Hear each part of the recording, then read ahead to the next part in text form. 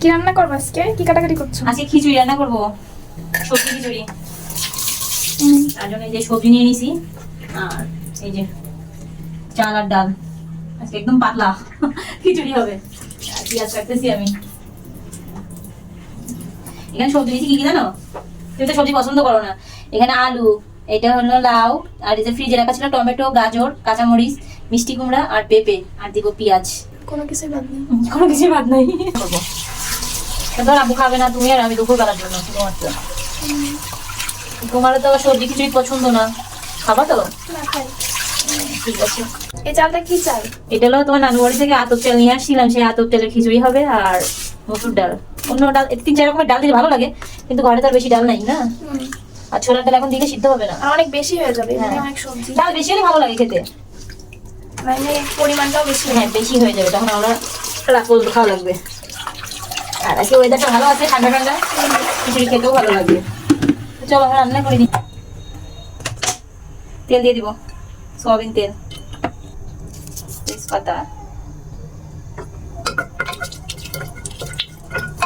খুন্তি দেখেছেন আপনারা আমার স্পেশাল খুন্তি? কাটবো না, তাহলে ঝাল বেশি হয়ে যাবে। এরকম করে কেটে সবজির সাথে ভেজে নেব। খেতে দারুণ লাগবে, দেখে খেয়ে দেখো একটু। সব সবজিগুলো দিয়ে দিই এর ভিতরে। তো প্রথমে আমি আলু দিব, প্রথমে শেষ নাই, সব একবারে দিয়ে দেবো।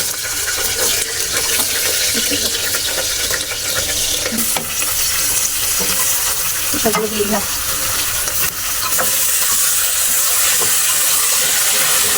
পরিমাণ মতো স্বাদগুলো অবশ্যই হবে।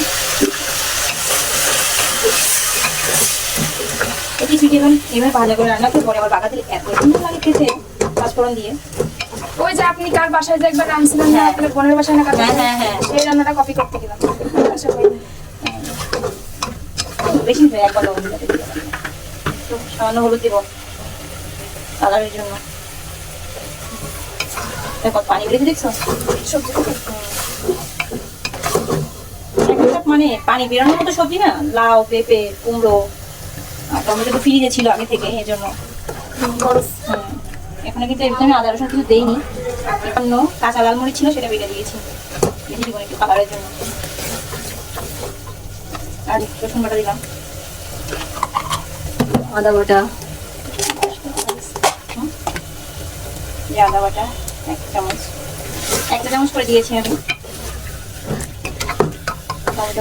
বলে গেছে পুরা, মানে সিদ্ধ হয়ে গেছে। এবার চাল দিব এর ভিতরে, একটু ভাজা ভাজা করে নিয়ে এবার চাল দিয়ে দেবো। তাড়াতাড়ি হয়ে যাবে, একটা সিটি দিলেই হয়ে যাবে।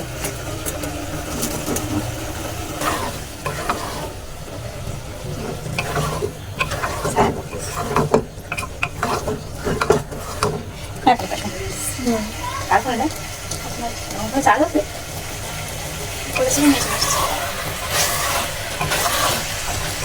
বন্ধুরা, আমাদের রান্না আপনাদের কেমন লাগতেছে অবশ্যই কমেন্ট করে জানাবেন। এত কষ্ট করে ভিডিও মানে আপনারা কেউ দেখেন কিন্তু লাইক দেন না, এটাই কষ্ট লাগে।